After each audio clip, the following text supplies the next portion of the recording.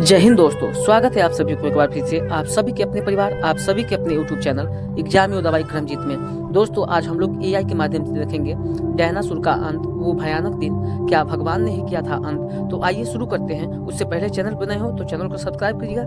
समय के पहिए को जरा पीछे घुमाइए। 100 साल नहीं, 1000 साल नहीं, बल्कि 6 करोड़ साल पीछे। उस समय का भारत वैसा नहीं था जैसा आज नक्शे पर दिखता है। उस समय हिमालय पर्वत नहीं था, गंगा नदी नहीं थी और न ही कोई इंसान मौजूद था। कल्पना कीजिए एक ऐसी दुनिया की जहां जमीन पर सिर्फ और सिर्फ विशालकाय का राज था। आज हम जिस जमीन पर अपने घर बनाते हैं, जिस मिट्टी पर हम खेती करते हैं, करोड़ों साल पहले उसी मिट्टी पर ऐसे जीव चला करते थे जिनके कदमों की धमक से धरती कांपती थी। हम बात कर रहे हैं डायनासोर की। लेकिन रुकिए, ये कहानी सिर्फ जुरासिक पार्क की नहीं है, ये कहानी है भारत की। क्या आप जानते हैं कि जिस समय पूरी दुनिया में डायनासोर राज कर रहे थे, उस वक्त भारत एक अलग द्वीप था जो समुद्र में तैर रहा था। इस अलगाव ने भारत की धरती पर ऐसे डायनासोर पैदा किए जो पूरी दुनिया में और कहीं नहीं थे। लेकिन फिर अचानक वो सब गायब कैसे हो गए? क्या वो सिर्फ एक उल्कापिंड से मरे या फिर भारत की ही जमीन से निकले एक ऐसे प्रलय ने पूरी दुनिया को खत्म कर दिया? आज हम उस इतिहास को कुरेदेंगे जो आपके पैरों के ठीक नीचे दफन है। जब हम डायनासोर शब्द सुनते हैं तो हमारे दिमाग में अमेरिका का टी-रेक्स आता है, लेकिन हमें यह नहीं बताया जाता कि भारत का अपना एक राजा था जो टी-रेक्स से भी ज्यादा खूंखार और शातिर था। साल 1980 के दशक में भारतीय भूवैज्ञानिकों को गुजरात और मध्य प्रदेश की नर्मदा घाटी में कुछ अजीबोगरीब हड्डियां मिली।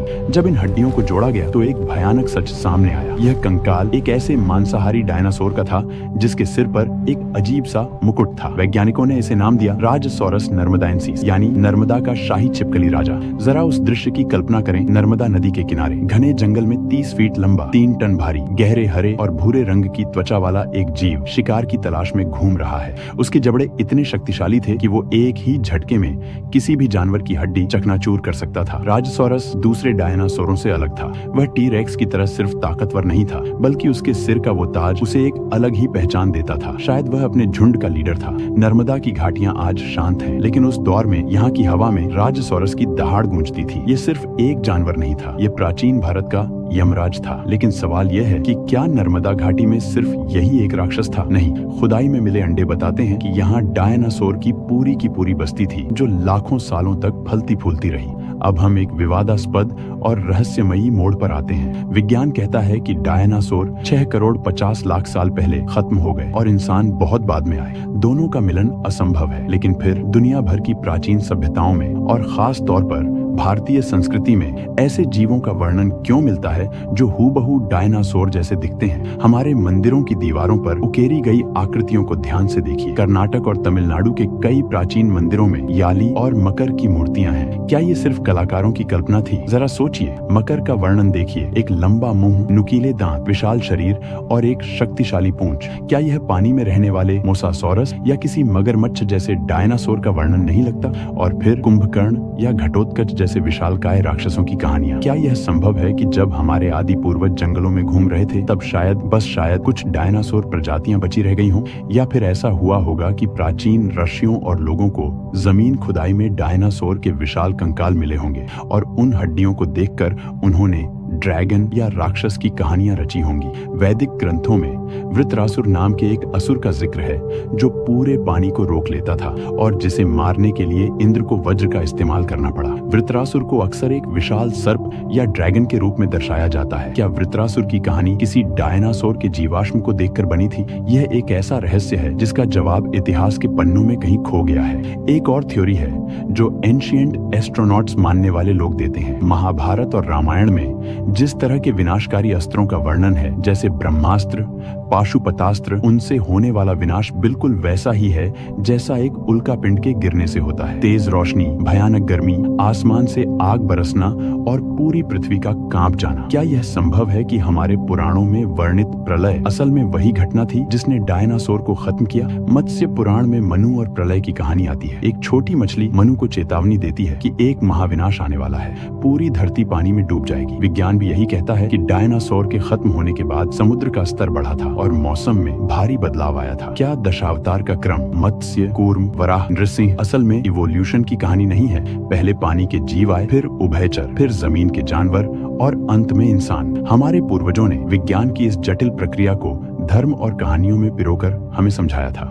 उन्होंने डायनासोर के युग को शायद असुरों के युग के रूप में याद रखा, एक ऐसा समय जब इंसान नहीं बल्कि दानव धरती पर राज करते थे। हम सब बचपन से सुनते आ रहे हैं कि अंतरिक्ष से एक पत्थर गिरा और डायनासोर मर गए। ये सच है, लेकिन ये पूरा सच नहीं है। और यहीं पर भारत का रोल सबसे अहम हो जाता है। जब मेक्सिको में वो उल्का पिंड गिरा, उससे ठीक पहले या उसी समय भारत के पश्चिमी हिस्से में, जिसे आज हम महाराष्ट्र और दक्कन का पठार कहते हैं, वहां धरती का सीना फट गया था। इतिहास का सबसे भयानक ज्वालामुखी विस्फोट हो रहा था। यह कोई एक दिन की घटना नहीं थी। यह विस्फोट लगातार 30,000 सालों तक चलता रहा। दृश्य की कल्पना करें, पूरा पश्चिमी भारत लाल धधकते लावा की नदी बन चुका है। आसमान में इतनी राख और जहरीली गैस भर गई कि सूरज की रोशनी धरती तक पहुंचना बंद हो गई। इसे डेक्कन ट्रैप्स कहा जाता है। वैज्ञानिकों का एक बड़ा वर्ग मानता है कि डायनासोर को असली चोट उस उल्का पिंड ने नहीं बल्कि भारत से निकलने वाले इस लावा और गैस ने पहुंचाई थी। वातावरण इतना गर्म हो गया था और हवा इतनी जहरीली हो गई थी कि बड़े जानवरों का सांस लेना नामुमकिन हो गया। भारत, जो उस समय दुनिया से अलग थलग था, इस तबाही का केंद्र बन गया था। आज मुंबई, पुणे या महाबलेश्वर के पहाड़ जो हम देखते हैं, वे उसी जमे हुए लावा के ढेर हैं। हम सचमुच डायनासोर की कब्रगाह के ऊपर रह रहे हैं। उस दौर में भारत जीवन देने वाला नहीं बल्कि मौत बांटने वाला देश बन गया था। लेकिन क्या वो सब मर गए? क्या ऐसा हो सकता है कि समुद्र की गहराइयों में या घने जंगलों में कुछ प्रजातियां बच गई हों? 1938 में हिंद महासागर में मछुआरों को एक मछली मिली, सीलाकेंट। वैज्ञानिकों का मानना था कि यह मछली 6 करोड़ साल पहले डायनासोर के साथ विलुप्त हो गई थी, लेकिन वह जिंदा मिली। इसने पूरी दुनिया को चौंका दिया। अगर पानी में रहने वाला डायनासोर बच सकता है, तो क्या जमीन पर रहने वाले भी बच सकते हैं? भारत के पूर्वोत्तर के घने जंगलों में, जहां आज भी इंसान पूरी तरह नहीं पहुंच पाया है, वहां स्थानीय आदिवासी एक जीव की बात करते हैं, बुरोस। अरुणाचल प्रदेश की अपातानी घाटी की कहानियों में बुरो एक विशालकाय छिपकली जैसा जीव था जो दलदल में रहता था। 1940 के दशक में जब ब्रिटिश खोजकर्ता वहां गए, तो आदिवासियों ने बताया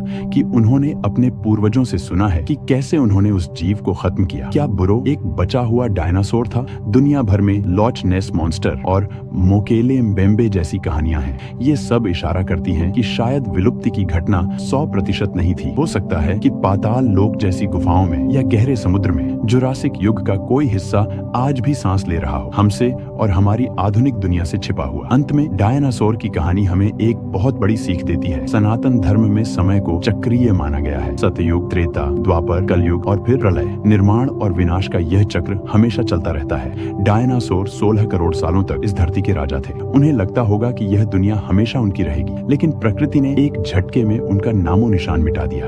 आज हम इंसान इस धरती पर राज कर रहे हैं। हमें अपनी तकनीक और बुद्धिमत्ता पर घमंड है, लेकिन भूगर्भीय घड़ी में हमारा समय डायनासोर के मुकाबले कुछ सेकंड भी नहीं है। नर्मदा के पत्थरों में दबे राजसोरस के कंकाल हमें चेतावनी दे रहे हैं। वे कह रहे हैं कि इस धरती पर कोई भी हमेशा के लिए नहीं है। न विशालकाय शरीर काम आता है, न बड़ी ताकत। जब प्रकृति करवट लेती है, तो सबसे बड़े साम्राज्य भी मिट्टी में मिल जाते हैं। क्या हमारा अंत भी डायनासोर जैसा होगा, या हम अपने इतिहास से सीखकर अपने भविष्य को बचा पाएंगे? यह सवाल मैं आप पर छोड़ता हूं। अगली बार जब आप किसी पुरानी चट्टान या पहाड़ को देखें, तो याद रखिएगा, हो सकता है कि उसके भीतर एक पूरी दुनिया का इतिहास कैद हो।